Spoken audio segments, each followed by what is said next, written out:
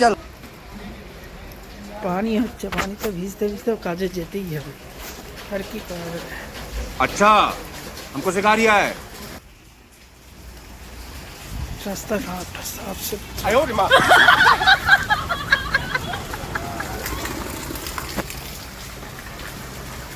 300 kilometre রাস্তা হেঁটে দোকানে যেতে হয়, সরি अबे साले 30 মিটার রাস্তা হবে।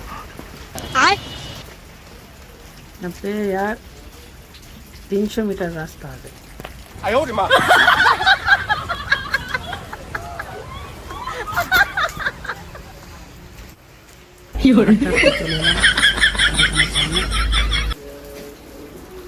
দোকানের গেট, এটা জবা ফুল গাছ দোকানের সামনে লাগানো আছে, লাউ গাছ লাগানো আছে, উপরে পুঁইশাক গাছ আছে। দোকান খুললাম, দোকান খুলে ভিতরে ঢুকছি, চলে এলাম কাজের জায়গায়। আবার এটা আমাদের জেলখানা বললেও চলে, আমরা সোনার কারিগরদের জেলখানা বললেও চলে, কারণ সারাদিন কাজের মধ্যেই থাকতে হয়, দিনে একবার দুপুরবেলা খাওয়ার টাইমে ছুটি।